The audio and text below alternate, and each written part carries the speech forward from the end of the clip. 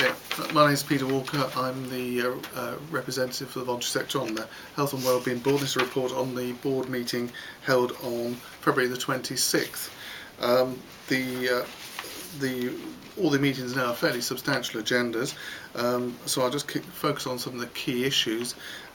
Just briefly, there was a presentation on Bristol Green Capital. General presentation, probably it's been put out across the sector. One of the key issues I suppose that came up was a comment that health had not really been involved in the whole discussions around green capital. Obviously there's an overlap there, and obviously there was disappointment. This is the first time it'd been to the Health and Wellbeing Board. Despite that, of course, everybody's very supportive of the idea and the concept of the green capital. Moving on, there's a standing issue. One of the statutory responsibilities of the Health and Wellbeing Board is to produce a pharmaceutical needs assessment. This has been done. Everybody pleased to know that it's felt that there's enough pharmacies in Bristol, that nobody is more than 20 minutes walk away from a pharmacy apparently. There's unlikely to be any major changes there, although there's going to be there's been some consultations. It's been identified there needs to be more information around opening times put out. So anyway, there's pharmaceutical needs assessment posts that are interested in looking at the detail of that. One of the issues that came up is of a brief item, but one that gathered a lot of support, was a charter for homeless health. It's something that's been circulated nationally, and basically it's looking at ensuring that homeless people, the health needs of homeless people is given due attention in developing strategies and health initiatives. So that was warmly endorsed by the board. The big item though, and the thing that's preoccupying the Health and Wellbeing Board, and there was a recent away day, non-public away day of the board, is around the sort of 5-year plan for the NHS, and in particular the move towards integration of health and social care. And there are papers now on the VCS website connected with this meeting, which would be of interest, I think, to anybody who wants more detail about what's going on.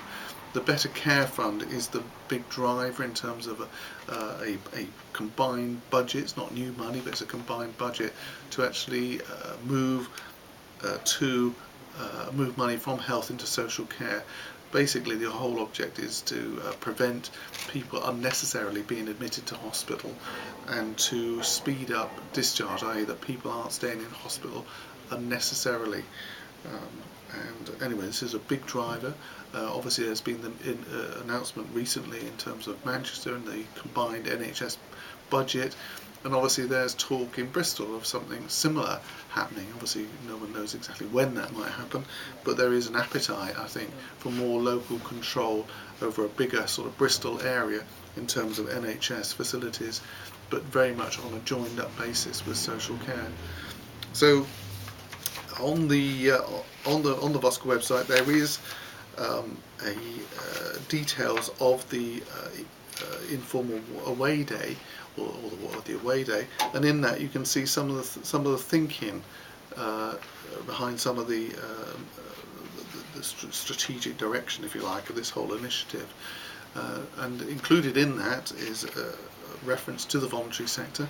The voluntary sector is referred to as a significant partner in the development of services into the future as a part of this 5-year plan, and in terms of more integrated service. So that, and certainly VCS in particular, is trying to raise that and push that as an issue where the voluntary sector is given a higher profile, as it rightly should do.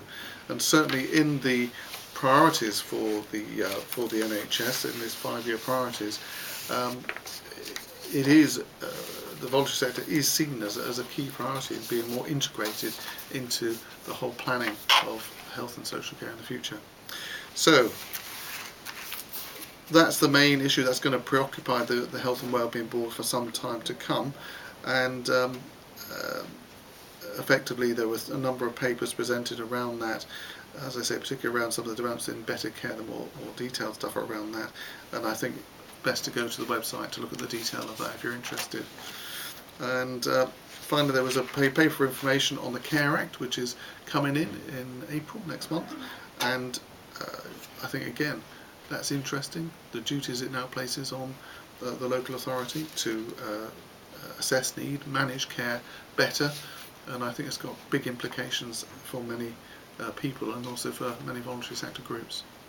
The next meeting of the Health and Wellbeing Board is on April the 2nd, and look out for that.